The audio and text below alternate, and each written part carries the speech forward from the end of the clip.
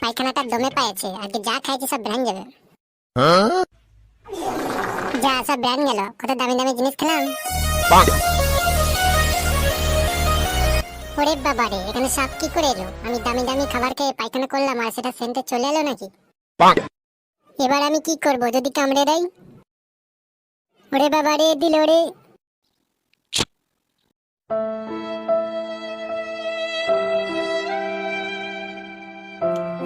আমি মরে যাব গো, এবার আমি কি করব? না যাই, আমি পল্টুর কাছে যাই দেখি। বন্ধু রে বন্ধু, একটা কথা বলবো। হ্যাঁ বল, একটা কেন, দুটো তিনটে চারটে, যত খুশি তত বল। বন্ধু জানিস, আজকে আমি মাঠে পায়খানা করতে গিয়েছিলাম, দিয়ে আমাকে সাপের পাছাতে কামড়ে দিয়েছে। বলিস কি রে? তাহলে তো তুই আর বাঁচবি না, মরে যাবি। তোর তো এখনো বিয়ে হয় না, তুই মরে যাবি, ভাব দাও কেমন লাগছে।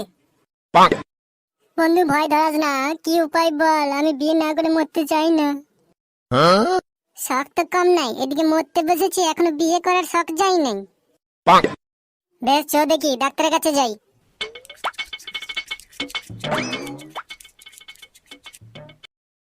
বলো, তোমাদের কি প্রবলেম?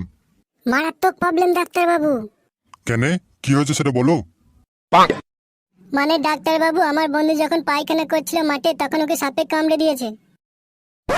তাহলে কি আমার বন্ধু বাঁচবে? এটা দেখছি আমাকে মারার জন্য একটা হয়ে আছে। কই দেখি কোথায় কামড়েছে। না না, এমন একটা জায়গায় কামড়েছে, দেখানো যাবে না। তাহলে আমার কাছে আসার কি দরকার? ডাক্তারের কাছে কোনো লজ্জা করতে নাই। পাছাতে কামড়েছে ডাক্তার বাবু। ও এই ব্যাপার, দেখি দাঁড়াও।